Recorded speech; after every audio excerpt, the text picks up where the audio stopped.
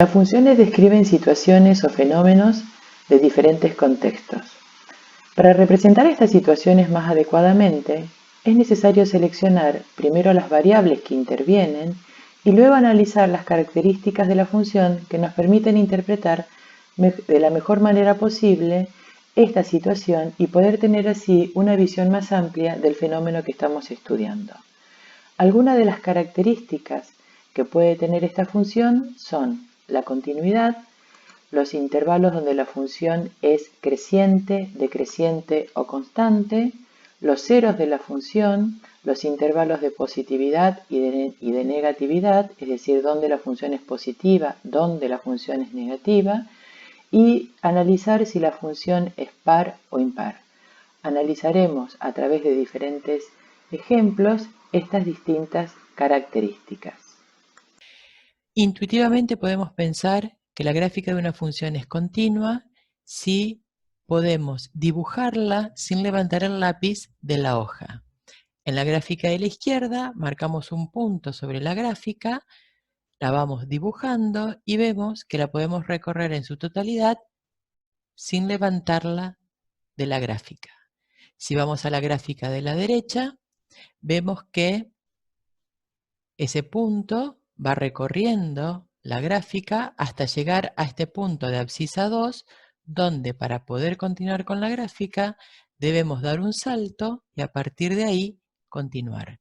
Entonces, en función de esto podemos decir que la gráfica de la derecha no es una gráfica continua en todo su dominio, ya que en el punto de abscisa 2 presenta un salto, hay una ruptura, mientras que la gráfica azul es una función continua en todo su dominio. En el siguiente ejemplo vemos una cisterna que se llena y vacía automáticamente expulsando 6 litros de agua. Comenzamos teniendo el depósito vacío, se llena en 2 minutos, permanece lleno durante los 5 minutos siguientes y luego se vacía en 1 minuto. En la medida que vemos la animación, se va a ir representando la cantidad de litros disponibles dentro de la cisterna en este sistema de coordenadas en el cual representamos en el eje horizontal la variable independiente tiempo medida en minutos y en el eje de las ordenadas la capacidad medida en litros.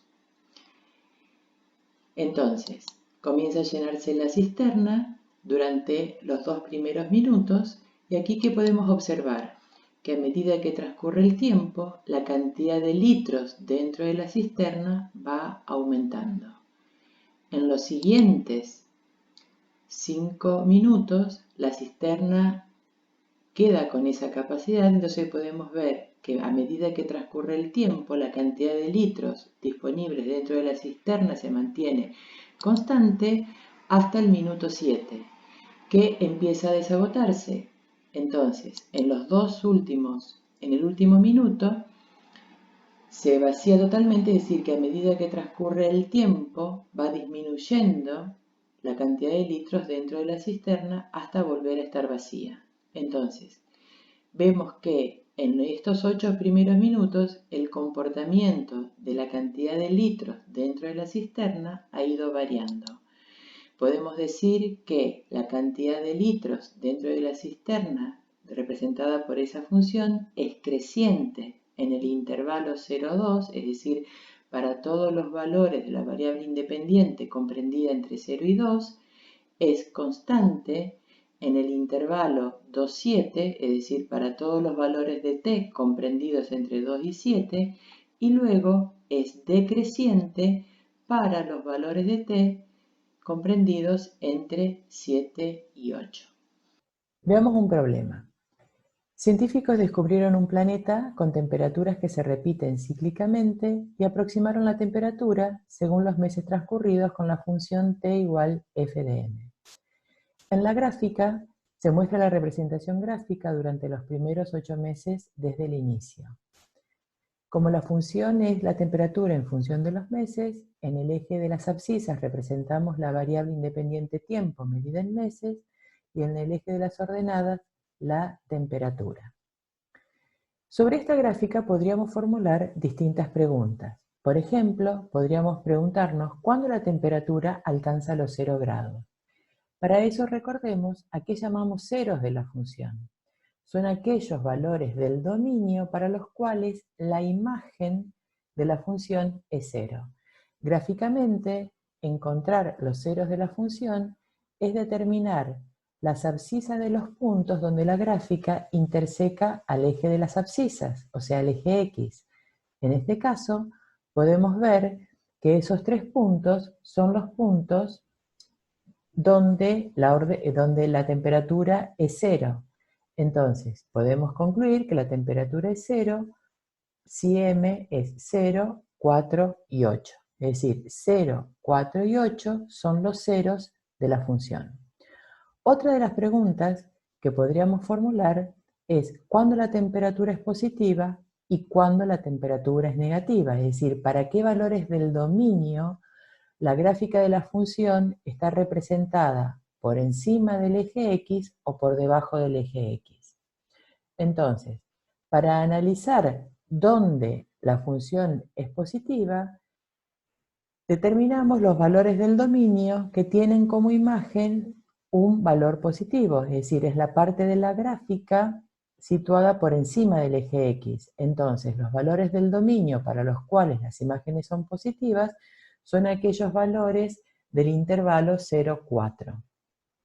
Y si queremos analizar los valores del dominio para los cuales la función es negativa, es analizar para qué valores del dominio las imágenes o la parte de la gráfica que está situada por debajo del eje X. Entonces podemos ver que todos los valores del dominio situados en el intervalo pertenecientes al intervalo 4, 8 tienen como imagen un valor negativo. También lo podemos escribir como una desigualdad. También otra de las características que puede tener una función es que sea una función par o impar. Una función es par cuando para todos los valores del dominio decimos que la imagen de x es igual a la imagen de menos x. Gráficamente, esto significa que valores opuestos del dominio tienen la misma imagen, como podemos observar en este ejemplo. Si esto lo repetimos para todos los pares de valores opuestos del dominio, vemos que la gráfica es simétrica respecto al eje de las ordenadas. Una función es impar si para todos los valores del dominio se verifica que valores opuestos de x tienen imágenes opuestas.